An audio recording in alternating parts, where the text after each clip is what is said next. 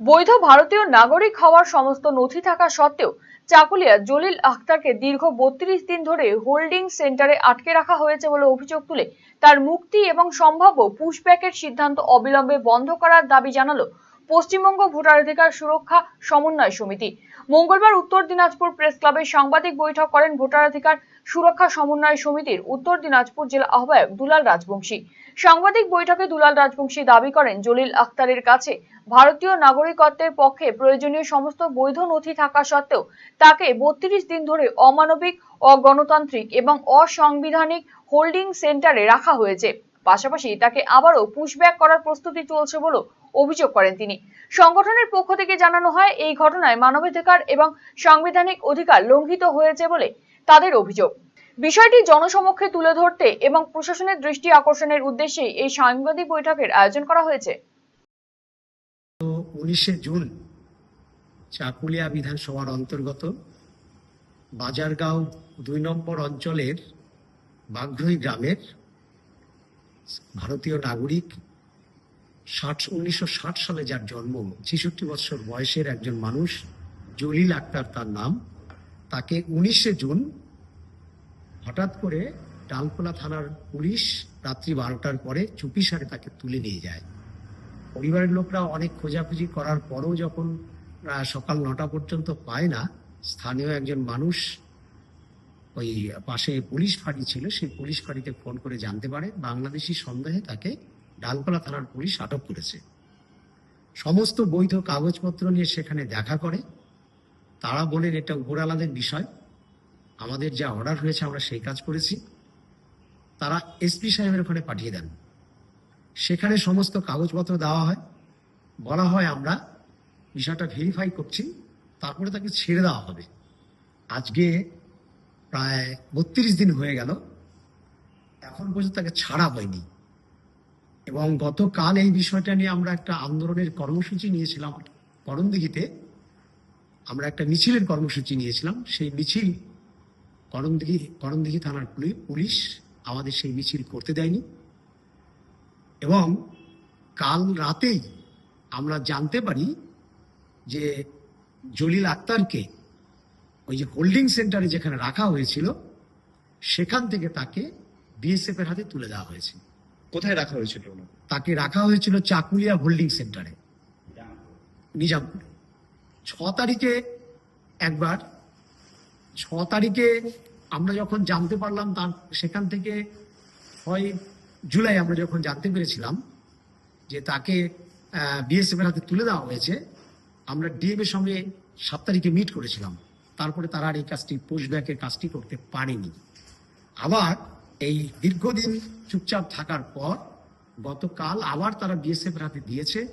আমরা আশঙ্কা করছি তাকে পুশব্যাক করে ওপারে পাঠিয়ে দিবে অথবা তাকে গুম করে দিতে পারে। এই আশঙ্কায় কিন্তু পরিবারের লোকরা আশঙ্কিত। তার এদিনের বৈঠকে জলিল আখতারের পরিবারের সদস্যরা উপস্থিত ছিলেন। তারা দ্রুত তার মুক্তি এবং পুশব্যাকের সম্ভাব্য পদক্ষেপ বন্ধ করার আবেদন জানান। उठा के लेके दलकोला गया है पापा को, पुलिस ने? हाँ पुलिस उठा के लेके गया और किसी को पता भी नहीं। तो फिर सारे मेरे गांव के लोग बोले क्यों क्यों लेके गया उसे, कुछ तो होगा, कोई बात तो होगा, पुलिस हमें बताया नहीं। और चोर की तरह बिल्कुल जैसे किडनैप करके लेके जाते हैं ना, ऐसे ही बिल्कुल लेके गया है पापा को।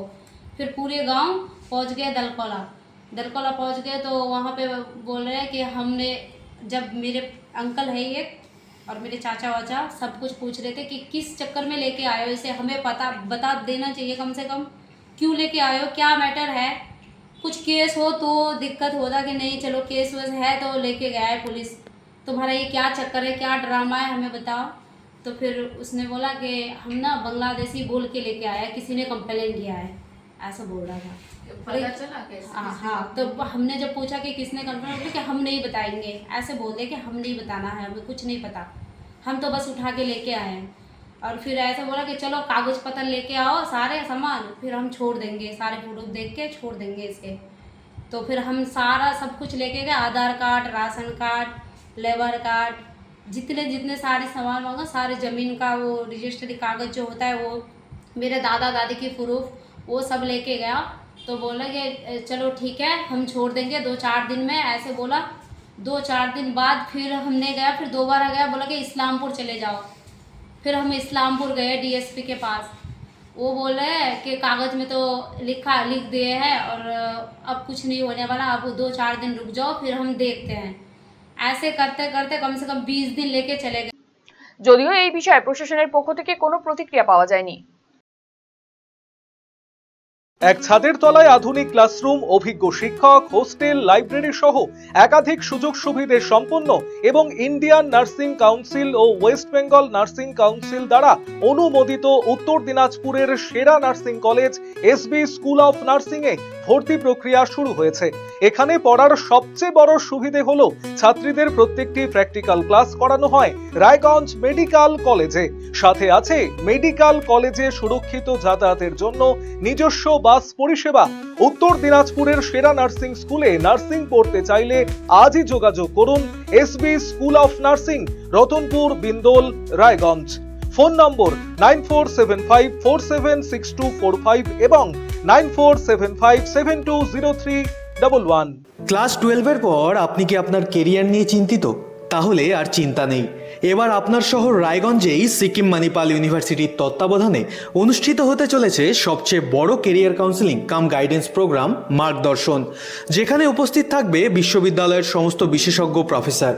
এছাড়াও সকল ছাত্রছাত্রীদের জন্য থাকবে কুইজ কন্টেস্ট, প্যানেল ডিসকাশন এবং কিউএনএ সেশন। নিজেদের কেরিয়ারকে একটি সুনির্দিষ্ট পথে এগিয়ে নিয়ে যেতে আপনাদের সাহায্যার্থে আমরা আসছি আপনার শহরে। 31শে মে 2026, রায়গঞ্জ ইনস্টিটিউট হল, থানা রোড। দেখা হচ্ছে ঠিক সকাল 11টায়।